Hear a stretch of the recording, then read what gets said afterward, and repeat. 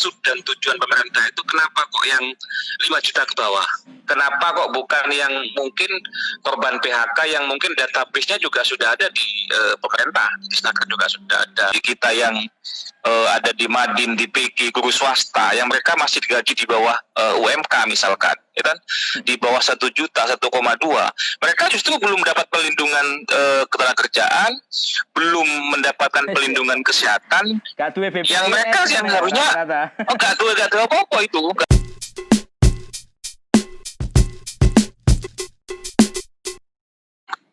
Gimana pendapatnya Gi, kalau memang nanti yang di bawah 5 juta?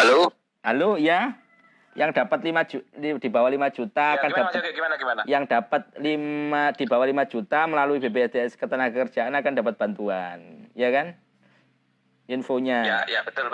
Bagaimana ini melihat kondisi para pekerja saat ini, kemudian entah itu di sektor buruh, entah itu di sektor yang swasta yang lain. Apa pendapatnya sampean dengan kebijakan ini?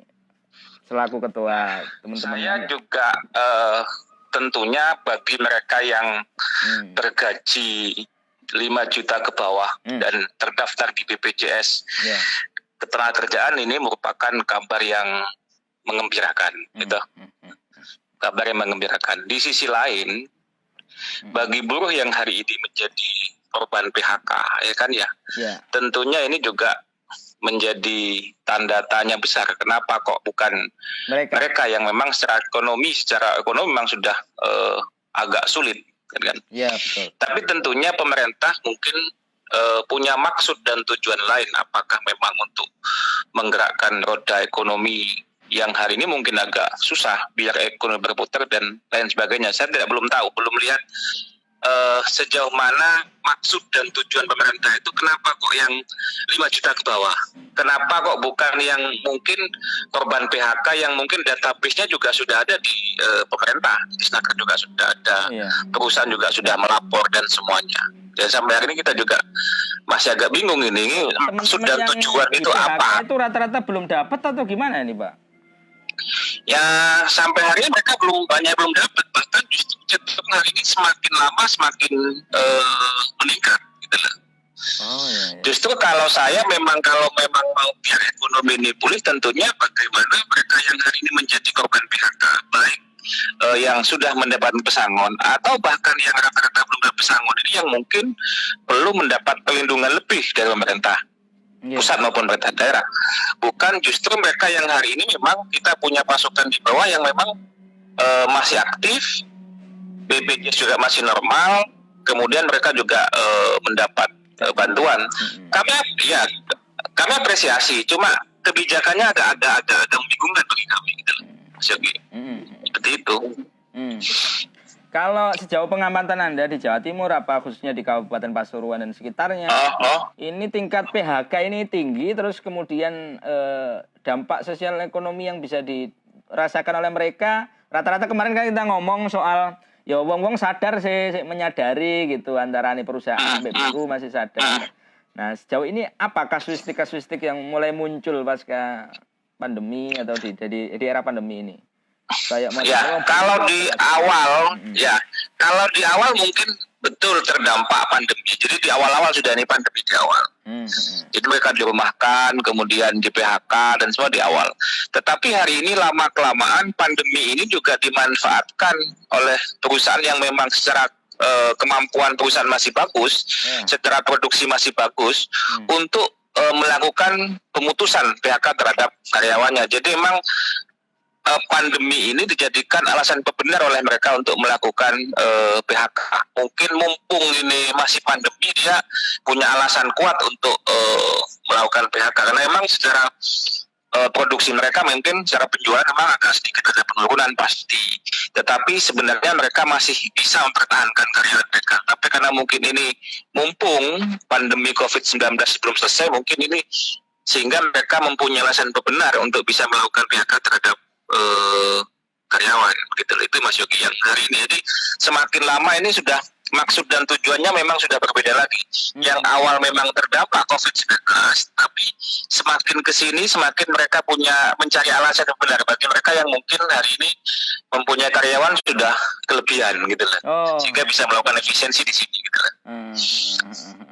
Seperti itu Mas Yogi, seperti itu. Siap.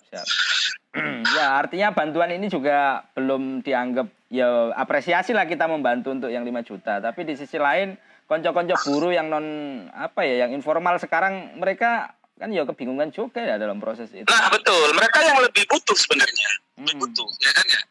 Jadi kita agak bingung, kenapa yang digaji itu misalnya kan mereka yang 5 juta ke bawah yang terdaftar di BPJS, karena otomatis kalau terdaftar di BPJS Ketenagakerjaan mereka juga mendapatkan hak, ya, wah, pelindungan kesehatan betul, otomatis, betul, otomatis, ya. Sektornya informal, ya informal, korban PHK, tenaga pendidik yang mungkin berada di bawah naungan guru Madin dan semuanya.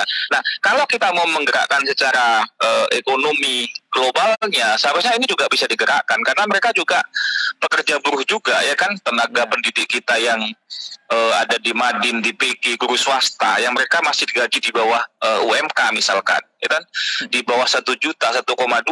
Mereka justru belum dapat pelindungan ketenagakerjaan, belum mendapatkan pelindungan kesehatan, yang mereka yang harusnya gak tahu apa-apa itu, gak tahu apa-apa. Kenapa bukan ini gitu loh? Kenapa bukan ini? Nah, kalau kita punya anggota yang gaji di bawah 5 juta, emang mereka senang hari ini, gitu loh. Senang mereka dapat, gitu loh. Artinya, ya inilah bisa nyambung hidup mereka lagi. Tetapi bagaimana mereka yang memang betul-betul butuh? Kenapa kok bukan yang mereka betul-betul butuh? Siapa yang betul-betul butuh hari ini? Yaitu mereka yang korban PHK, baik yang dapat pesangon atau yang belum bahkan dapat pesangon, pekerja sektor informal, kemudian pekerja memang seperti tenaga pendidik, baik yang di guru swasta maupun di Madin, yang gaji mereka memang jauh di bawah UMK, wis gak duwe BPJS, ya kan, sekolah isih tutup, gurune kate narik Madin sekolah narik SPP yo sungkan gitu. Iya, bener. Mereka semakin terpuruk gitu loh. Kenapa kok bukan ini yang disasar oleh pemerintah? Apakah tentunya barangkali pemerintah itu menganggap wis bikinane dikai BLT, wis dikai dan sebagainya yang kemarin toko Kemensos. Apakah segmen itu sudah pernah disentuh, sudah secara keseluruhan disentuh? Jangan-jangan mereka nggak itu pemerintah. Oh enggak maksudnya, karena sektor informalnya agak sentuh sampai hari ini gitu loh. Sentuh sebenarnya mereka. Kesentuh mereka yang mungkin misalkan korban PHK itu kan kesentuh dengan bantuan beras sembako itu, gitu. Tapi kalau tenaga pendidik yang tersentuh, yang kesentuh bantuan sosial, mereka kan yang memang secara ekonomi sudah habis sebelumnya, itu baik PKH dan semuanya. Nah, saya sudah ngomong ke Mas Yogi Kertabumu sebelumnya bahwa yang perlu kita perhatikan adalah mereka yang memang usia produktif. Usia produktif itu usia mereka baru nikah antara 20 sampai 30 tahun. Ini tinggi sekali. Sangat tinggi. Dan mereka ada di pegawaian, golongan kayak yang pegawai, kayak terapi, golek pegawaian dan semuanya. Ya tau kayak terapi, kayak tuh bojo, kayak tuh anak, ya kan, sekolahane misalkan si trei sehingga kepala sekolah yayasan mungkin kate narik SPP yo sungkan gitu. Karena sungkan gak iso bayar gurune. Loh, ini yang harusnya memang menjadi perhatian pemerintah pusat maupun pemerintah daerah, termasuk kawan-kawan di DPRD, bagaimana mereka bisa nyambung hidup gitu loh. Karena mereka sudah jelas gak oleh pelindungan BPJS nggak duwe baik tenaga kerja maupun kesehatan, dan ini mereka yang paling terpukul sebenarnya. Tapi kok sing wis gajine penak itu sing wis gajine penak kemudian wis oleh BPJS tenaga kerjaan, mereka otomatis dapat BPJS kesehatan. Loh, kok iki sing dibantu oleh pemerintah? Ya kan ya, walaupun saya ketua serikat, saya anggota, hampir semua anggota saya dapat ini, ya kan ya. Pasti mereka seneng, gitu, seneng. Anggota saya misalkan di Pasuruan ini 40.000, mereka dapat semua itu. Iya, tercover di BPJS. Dapat semua, tercover dia, itu. Loh, tapi di sisi lain kita bagaimana pekerja kita di sektor formal. Jangan yang cukup tinggi kita ya dengan orang-orang. Itu loh, sama-sama. Bengok-bengoknya mereka kita juga kan gitu kan. Iba sekolah gak buka-buka, katanya narik urunan TPK Madin yo sungkan lah wong tuane kan gitu maksudnya. Gitu. Si sekolah keren ngono lah. Ya terus gimana lagi, dan mereka yang paling terpukul. Kalau saran saya, inilah yang harus kita perjuangkan sama-sama gitu loh. Siap. Nah, kecuali beda lagi Mas Yogi. Beda lagi kalau misalkan itu diambilkan dari hasil jasa usahanya BPJS, itu beda lagi karena uangnya. Tetapi kalau sama-sama diambilkan dari APBN, tentunya harus ada keadilan dong. Sektor formal maupun informal sama-sama, sehingga ada keadilan, sehingga ekonomi ini memang ini Mas Yogi jalan. Karena memang saya amati Mas Yogi, kalau mungkin di Kabupaten Pasuruan ini dan Jawa Timur misalkan, ini ekonomi masih jalan ya, dibandingkan dengan kota lain yang pernah menerapkan PSBB. Betul. Karena di Pasuruan ini orang ngopi ya kan, kalau malam pun masih banyak, masih gitu. Rame. Masih rame. Masih jalan ya maksudnya. Masih jalan. Kalau Jawa Timur masih jalan. Bahkan kalau Surabaya itu hari ini konsep hotelnya sudah mereka sepi tamu, tapi di balkon atasnya sudah dibuka untuk tempat ngopi gitu loh, untuk menghindari obrakan kan gitu lah. Jadi ngopinya kalau wilayah kota-kota besar Surabaya sudah di lantai atas hotel, sehingga mereka menghindari untuk obrakan. Ini di kota kabupaten BPJS Ketenagakerjaan itu apa maksudnya sampean mau? Apa memang itu sudah jadi masukan BPJS? Oh iya, jadi kan ada memang udah pakai BPN, tapi kan pakai BPN. Dari 31 triliun menjadi 37 triliun itu kan diambilkan dari BPN. Iya. Cuma seleksinya kan lewat BPJS. Iya. Nah, berbeda lagi misalkan teman-teman pegawai ini kan sebenarnya nabung toh di BPJS Ketenagakerjaan. Nabung. Di situ ada pengelolaan jasa dari zaman apa ya? Betul. Jadi misalkan uang BPJS Ketenagakerjaan, uang buruh ini kan triliunan di situ. Mereka investasikan ke saham yang lain dan lain-lain, kan banyak diinvestasikan. Kenapa itu tapi ini kan biasa. Nah, kenapa nggak diputar ini? Tapi ini kan diambil APBN. Kalau saya condong uang yang buruh hasil jasa usahanya itu dikembalikan kepada buruh, ya kan ya. Yang dari APBN-nya dikasihkan kepada tenaga pendidik, sektor informal, buruh non pabrik, tenaga PKL dan semuanya, itu mungkin lebih pas gitu loh.